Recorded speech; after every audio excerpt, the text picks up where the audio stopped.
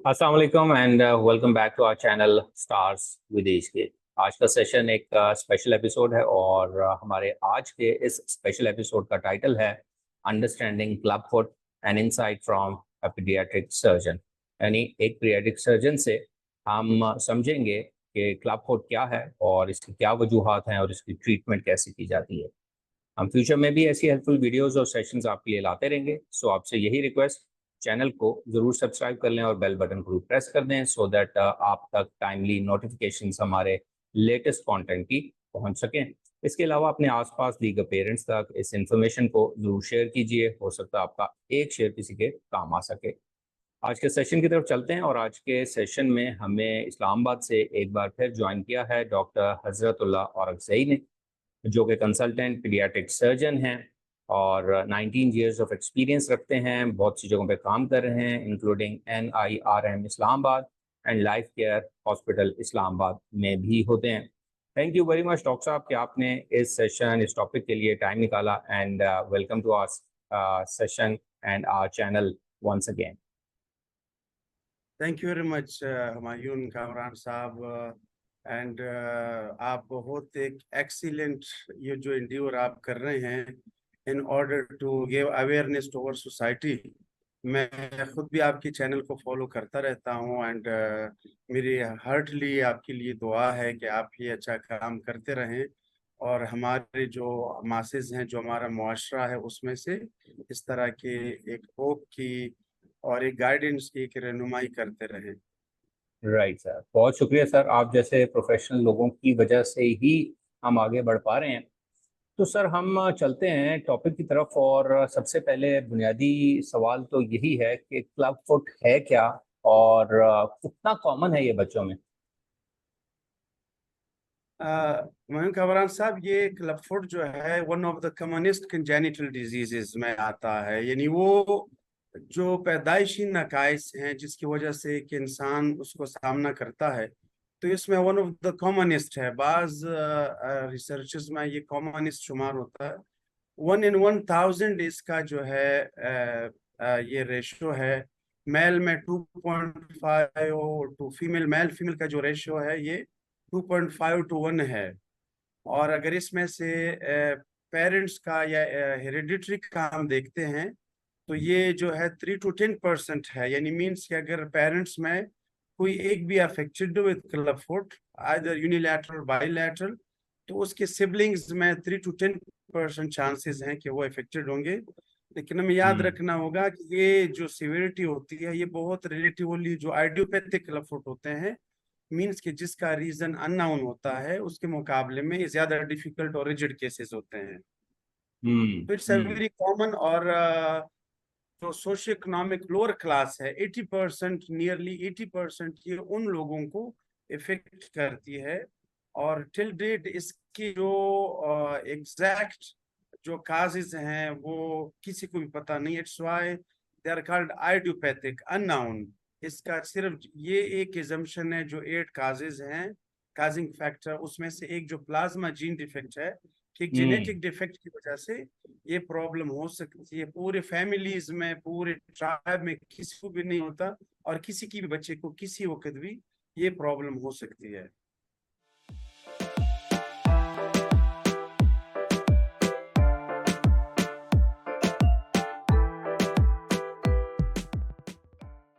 तो डॉक्टर साहब इसकी कुछ ऐसी कॉमन अलामात, कुछ सिम्टम्स, निशानियां क्या हैं जो पेरेंट्स देख सकते हैं या जिनसे पता लग सकता है, इसके बारे में भी थोड़ा बताइए। ये देखें, इसमें से है इसका जो क्लब फुट का मेडिकल नेम है वो है कंजेनिटल टेलिपीज इक्नोवायरस। तो इसको हम्म। हम मेडिकल टर्म में इसमें जो हमें फोर जिसमें से हो, जो उसको हम केव कहते हैं, उस टर्मिनोलॉजी को, कि वो केवस एडक्टस वायरस और इक्वाइनस, CAVE। तो आम पेरेंट्स के लिए है कि जो ही बच्चा पैदा, जैसे हमारे क्लिफ्ट लिप नजर आता है, ऐसी 100% नजर आ रहा होता है कि एक पाँव है जो कि इनर की तरफ है और उसकी पीछे से जो हील है वो शॉर्ट है और दरमियान में एक उसका क्रीज है। वो हो भी सकता है, उस वक्त नहीं भी होता, लेकिन ये एक ऑब्वियस डिफॉर्मिटी होती है और हम्म। इजीली एंटीनेटल अल्ट्रासाउंड में भी ये डायग्नोज होती है। और किसी भी इंसान को ये इजीली विजिबल होती है at the time of birth. Right, यानी कि वो उसको नजर आ रहे होते हैं कि पैदाइशी तौर पर ही बच्चे के पाँव टेढ़े हैं, जिसको हम पैदाइशी यस। टेढ़ापन कह रहे होते हैं। जी जी जी वो जी। बेसिकली यही चीज है। Right right.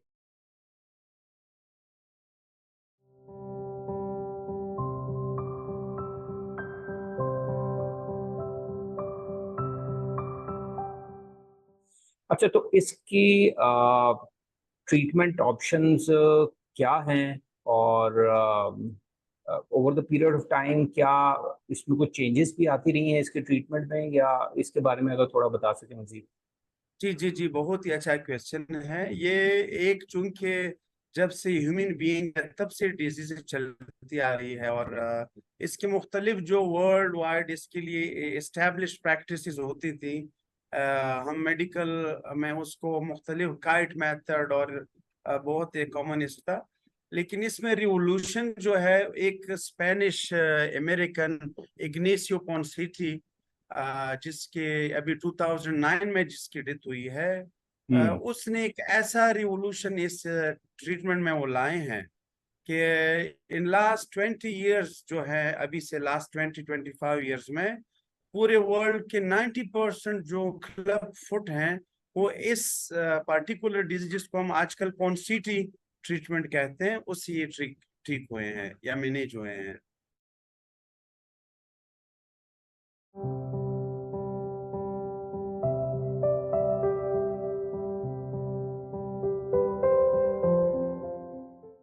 तो डॉक्टर साहब, इसका ये बताइए कि इसके साथ जब ये ट्रीटमेंट होती है, मतलब किसी को क्लब फुट का प्रॉब्लम है, उसकी ट्रीटमेंट शुरू हुई, तो उसकी ट्रीटमेंट के बाद भी क्या कुछ ऐसी कॉम्प्लिकेशंस इसके साथ एसोसिएटेड हैं जो जो कि नज़र में रखनी चाहिए, या ऐसा भी कोई एक्सपीरियंस होता है?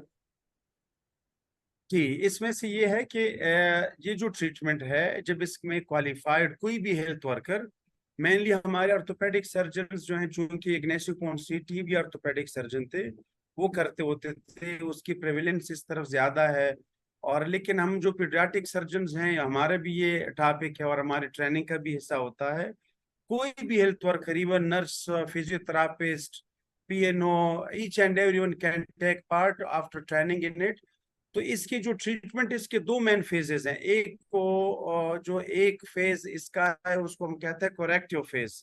ओके। वो इनिशियल 3 मंथ्स तक होता है, उसमें से हम सीरियल कास्टिंग करते हैं वीकली, और फिर एक कट लगाते हैं जिसको टेनाटोमी कहते हैं, लोकल एनेस्थीसिया में एक छोटा सा कट। और उसके बाद 3 वीक्स के एक कास्ट लगाने के बाद उसको हम लोग एक DB शूज देते हैं, एक स्प्लिंट ओके। देते हैं। उस DB हम्म। शूज के ट्रीटमेंट के बाद जो है, ये will their DB shoes treatment will be continue for 4 to 5 years. लेकिन उसमें okay. So first 3 months of DB shoes जो है 23 आवर्स के लिए पहनाना होता है, जिसको मेंटेनेंस फेस कहते हैं। और उसके हम्म। बाद सिर्फ नैप टाइम या ओवर नाइट इसको पहनाने की जरूरत है फॉर 4 to 5 इयर्स। तो अगर हम्म। ये वाली चीज ब्रीच हो जाए, ये प्रिंसिपल, आइदर ये प्रॉपरली ट्रीट ना हो, इसके सारे, जिसको हम, एक पाकिस्तानी कैनेडियन डॉक्टर हैं शफीक पिरानी, ओके। उसने एक इसके लिए जो पैरामीटर जिसके लिए डायग्नोजिंग टूल निकाला है, उसको हम पिरानी स्कोरिंग कहते हैं। तो ये हम्म। पिरानी स्कोरिंग के मुताबिक ही हम ये असेस करते हैं कि पाँव कितना ठीक हुआ है। कि हम्म। इसको पाँव को हम दो उसमें से कराते हैं, दो पार्ट्स में, फिर हर पार्ट में इसके 3-3 वो होते हैं, तो उनको देखते हुए हम कराते हैं। जब ये 0 पे आता है तो उसके बाद हम पेरेंट्स को हैंड ओवर कराते हैं, and we explain the parents कि आपने इसको कैसे लेके जाना है। अगर हम्म। आपको लगे कि ये जो DB शूज है इसमें से इसका हील प्लेसमेंट नहीं है, या आपको इसमें से कहीं पे सोर प्रेशर लगे, या हम्म। आप ये लगे कि इसका बाहर का जो बैरूनी साइड है उस पे लोडिंग है, तो आप फौरन हमारे पास आए, और उनको हम ओके। एक फॉलो अप प्लान भी देते होते हैं कि उसको उन्होंने फॉलो करना होता है। हम्म। तो डॉक्टर साहब, जिसका डायग्नोज हुआ, ट्रीटमेंट हुआ, और उस ट्रीटमेंट के बाद क्या लॉन्ग टर्म आउटकम्स क्या होते हैं इस क्लब फुट की ट्रीटमेंट के बाद में, वो क्या क्या काम कर सकता है और क्या नहीं कर सकता? बहुत अच्छा क्वेश्चन है। हमें इसको इस तरह लेना चाहिए कि जो आइडियोपैथिक क्लब फुट होते हैं, मींस के आइसोलेटेड क्लब फुट होते हैं, उसके साथ कोई भी दूसरा जैसे सिंड्रोम नहीं होता, हम्म। आर्थ्रोग्रेफोसा या जो हराम मगज का फोड़ा स्पाइनल बाइफिडा नहीं होता, उनके रिजल्ट्स बहुत अच्छे होते, नियरली 100% होते हैं और 100% होने चाहिए। इनको हम्म। फ्यूचर में कोई भी कॉम्प्लिकेशन नहीं होनी चाहिए। उनको नॉर्मल फीड जो है, नॉर्मल शूज उनको जो है they can wear normal shoes, और उसके लाइफ में कोई भी कॉम्प्लिकेशन नहीं होनी चाहिए। So for the other type is concern, जिसको हम एसोसिएटेड कहते हैं, एसोसिएटेड जिसको मींस के सिर्फ आइडियोपैथिक नहीं होते, उनमें हम्म। से सिंड्रोम इन्वॉल्व होते हैं, मेनली आर्थ्रोग्राफोसिस मल्टीप्लेक्स कंजेनिटा। ये एक बहुत कॉमन और बहुत ही एक हार्ड उसमें बोन्स होते हैं, उसकी नीज भी अपनी जगह पे नहीं होती, और इसके हिप जॉइंट भी अक्सर डिसलोकेटेड होते हैं, हैंड्स डिफॉर्मिटी भी इसमें कॉमन होती है। तो ये वाले इन पेशेंट्स में eventually they need some sort of surgical intervention in later hmm. Ages. लेकिन ओके। हर एक पेशेंट जो कि आइडियोपैथिक है और वो प्रॉपरली ट्रीट हुआ है and they are stick to the doctor advice, that's वो 24 आवर्स में जो जो डॉक्टर की एडवाइस है डीबी शूज पे अगर वो ये करते रहें, तो इसको किसी सूरत भी ये प्रॉब्लम नहीं होनी चाहिए इसमें। हम्म। तो ट्रीटमेंट के बाद डॉक्टर साहब जैसे कुछ सर्जरीज में फॉलो अप बहुत ज़रूरी है, तो क्या इसमें भी जब कोई प्रॉब्लम, आपने पहले जिक्र किया कि कुछ ऐसा इशू हो तो फिर तो लाजमी कांटेक्ट करना चाहिए, लेकिन वैसे भी रेगुलर फॉलो अप भी ज़रूरी है इसमें? जी जी, बहुत ही इंपॉर्टेंट है। मीन्स के अगर इसको करेक्टिव फेज जो 3 मंथ्स में या लगभग 3 मंथ्स में वीकली 6 PUPs टू 8 PUPs हम लगाते होते हैं, उसके बाद जब वाइंड अप करते हैं 2.5 to 3 मंथ्स पे, तो 2 and 3 months ऑनवर्ड पेरेंट्स को, all depend on parents, parents की दैट इज पिवटल रोल, कि वो किस तरह, उसकी अहमियत इतनी जरूरी होती है कि उस पे ही डिपेंड करता है कि आया ये जो पेशेंट है इसको क्या इसकी प्रोग्रेस है।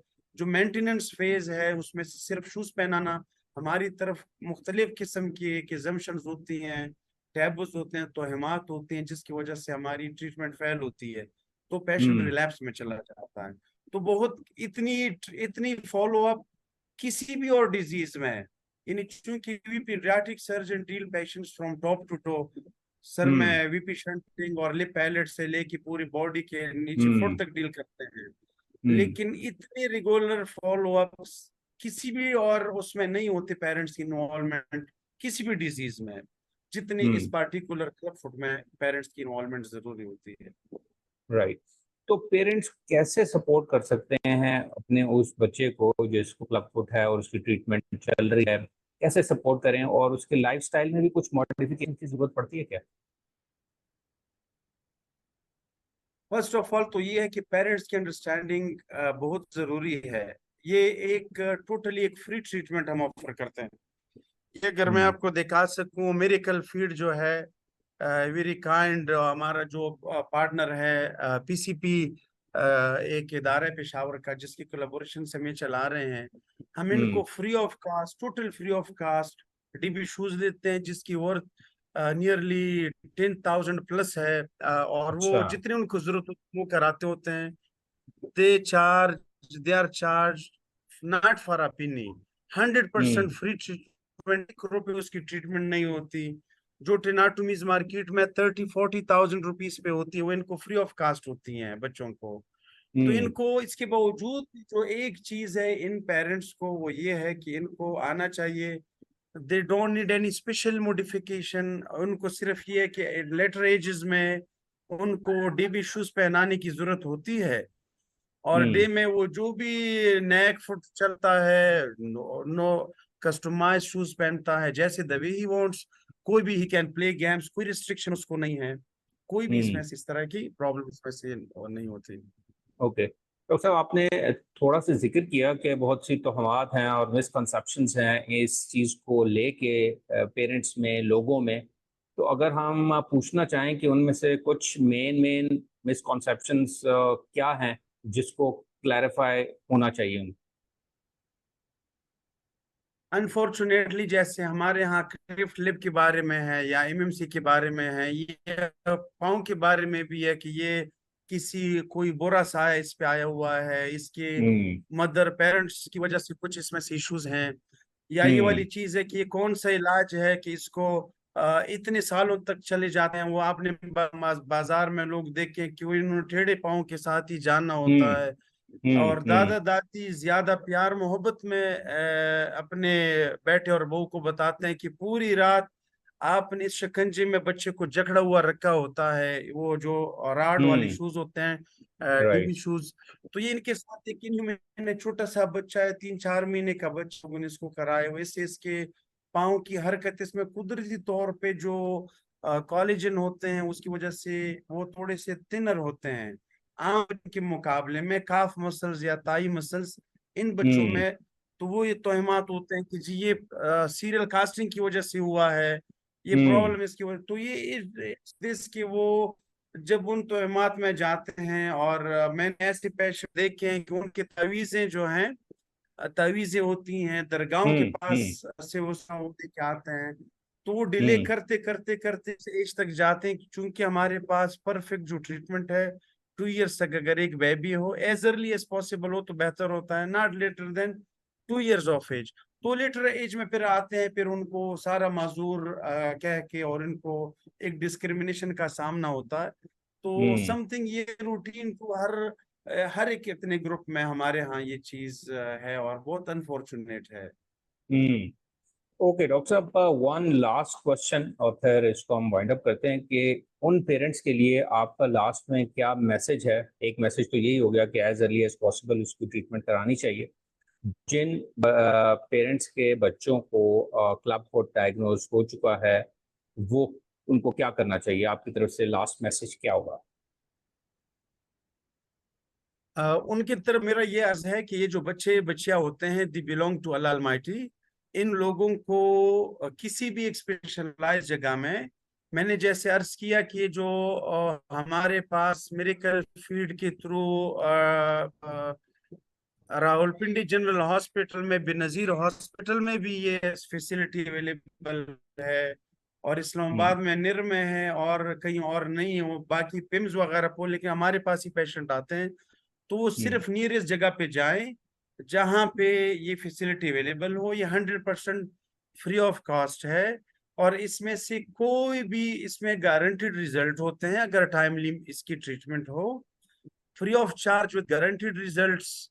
इसको किसी भी पेरेंट्स को इसको किसी भी उसमें नहीं आना चाहिए तोहमात में, and they should rush and visit the nearest facility. किसी को कोई प्रॉब्लम है तो हमारे यहाँ ट्वाइस अ वीक ट्यूसडे और थर्सडे को 8 to 2 PM मुद्दते हैं, we will come each and every one. दूसरे दिनों में आते हैं तो हम उनको फिर गाइड करते हैं, और इन दिनों पे हम उनको प्लान करते हैं और ऐसे फर्दर लेके जाते हैं। तो without right. Wasting any time they should contact us, और हम इंशाल्लाह इनको 24/7 इनकी गाइडेंस के लिए हाजिर हैं, और इनको इंशाल्लाह हर तरह से रहनुमाई करने के लिए तैयार है इंशाल्लाह। राइट जी, तो लास्ट और प्रिसाइज मैसेज यही है सब पेरेंट्स के लिए जिनके बच्चों को भी क्लब फुट डायग्नोज हुआ है कि टाइम ज़ाया किए बगैर इसकी ट्रीटमेंट की तरफ आएं और उन रिस्पेक्टिव जगहों पे राब्ता करें जहां इनकी ट्रीटमेंट की जाती है। सो thank you very much doctor साहब, एक दफ़ा फिर आई होप कि ये इन्फॉर्मेशन जो आपसे हमें मिली है ये हम सब के लिए भी, कुछ चीज़ें हमारे लिए भी नई थी, और आई होप के पेरेंट्स को इससे काफ़ी हेल्प मिली होगी, इंफॉर्मेशन मिली होगी। So thank you very much once again. Thank you very much, Mayun Kamran Saab. So nice of you. Always available for your these noble cause, and हम इंशाल्लाह हर सूरत में आपके साथ रहेंगे. So nice of you. Thank you very much. इंशाल्लाह जी, हम doctor साहब को फिर दोबारा भी किसी टॉपिक के साथ तंग करते रहेंगे। इंशाल्लाह कोशिश करेंगे इनको एंगेज रखें। और आप सबका भी बहुत शुक्रिया जी जो ये वीडियो देख रहे हैं। इंशाल्लाह इस वीडियो को आगे भी आप शेयर कीजिए ताकि उन पेरेंट्स तक ये इन्फॉर्मेशन पहुंच सके जिनको इसकी ज़रूरत है। सो अपना ख्याल रखिएगा। अगले एपिसोड तक इजाज़त दीजिए। टेक केयर एंड अल्लाह हाफिज़।